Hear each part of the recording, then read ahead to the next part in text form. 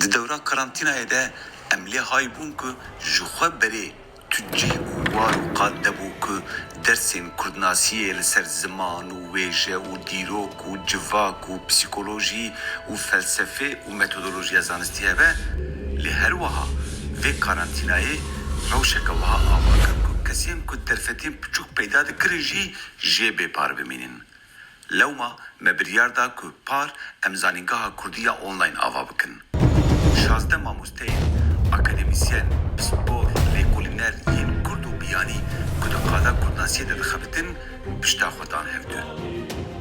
Nêzî 500 kes beşdarê semînera bû, 110 semîner hatin dayîn. Axir pirtûkavê jî hate çapkirin. Lewma îsal me biryar da ku em zanîngeha Kurdî ya online dîsa pêk bînin. Zanîngeha Kurdî ya online ji bo hemû Kurdan e. Bi Kurdî ye li xêra Kurdan e.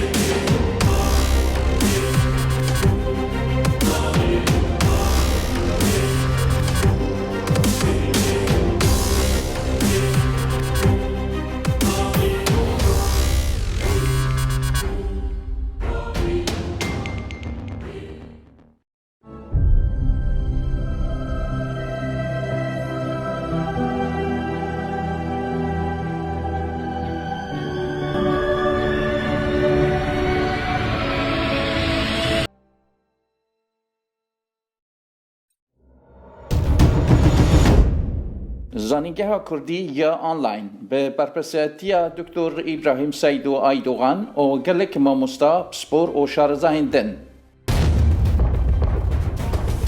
Me 24 bi awayekî zindî. Ew bername li programa Zoom, YouTube, Facebook û Instagramê bi awayê zindî tên pêşkêş kirin.